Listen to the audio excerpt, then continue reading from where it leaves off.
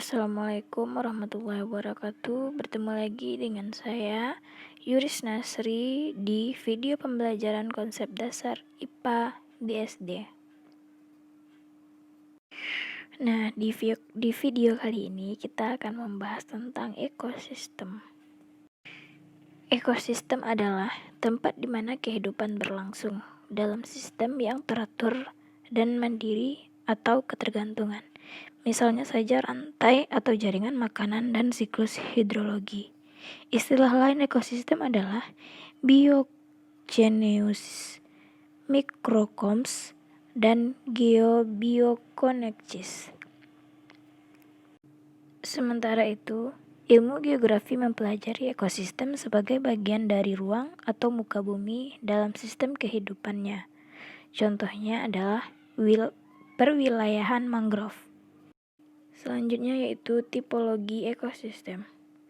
Dari segi jenjang makanan ada dua jenis komponen ekosistem. Yang pertama yaitu autotrofik dan yang kedua heterotrofik. Sedangkan dari segi fungsional, ekosistem dapat dianalisis.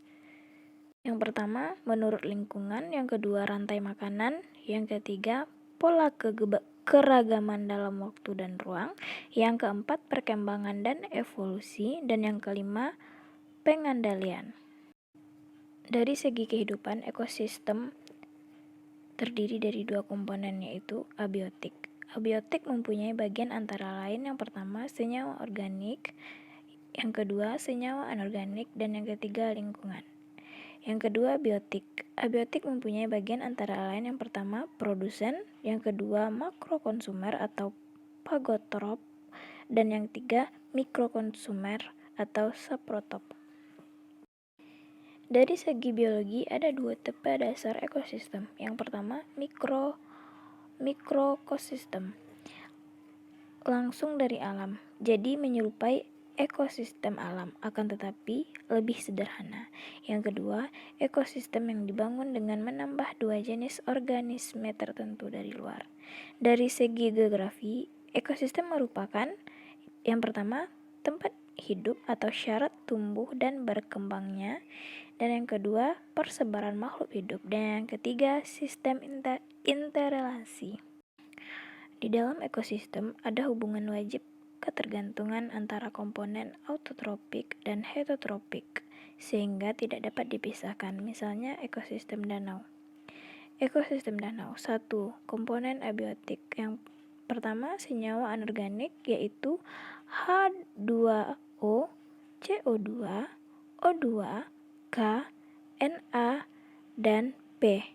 Yang kedua senyawa organik yaitu asam amino dan humas. Organisme produsen. Yang pertama tumbuhan berakar, dan yang kedua tumbuhan kecil yang melayang, misalnya tumbuhan alga. Yang ketiga organisme makrokonsumer atau larva, serangga, krustasea, dan ikan.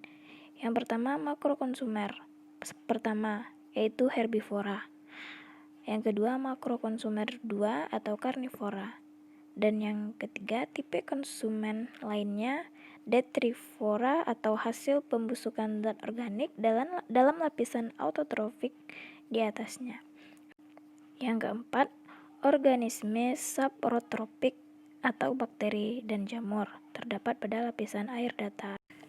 Selanjutnya yaitu hemostatis ekosistem. Ekosistem mampu memelihara dan mengatur diri sendiri seperti halnya komponen yang menyusun yaitu organisme dan populasi. Ilmu pengendalian mempunyai peran penting dalam ekologi karena manusia cenderung untuk mengacaukan sistem pengendalian alamiah. Homeostatis merupakan istilah untuk kecenderungan sistem biologi untuk menahan perubahan dan selalu berada dalam keseimbangan. Selanjutnya yaitu tanah sebagai ekosistem dan interaksinya. Muka bumi atau tanah sebagai ekosistem terbagi menjadi dua wilayah. Yang pertama wilayah kikisan. Rendahnya kurang dari 100 meter. Pertengahannya 100 sampai 500 meter. pegunungan tingginya lebih dari 100 meter. Wilayah endapan: delta, tanggul pantai atau danau, bating, dan gosong. Tingkat kepadatan subsistem terjadi jika pertumbuhan populasi dipengaruhi oleh makanannya.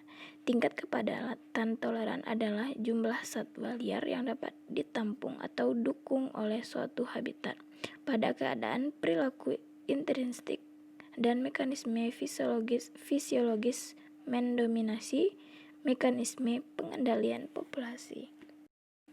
Itulah materi ekosistem dari saya. Semoga bermanfaat. Saya ucapkan terima kasih. Assalamualaikum warahmatullahi wabarakatuh.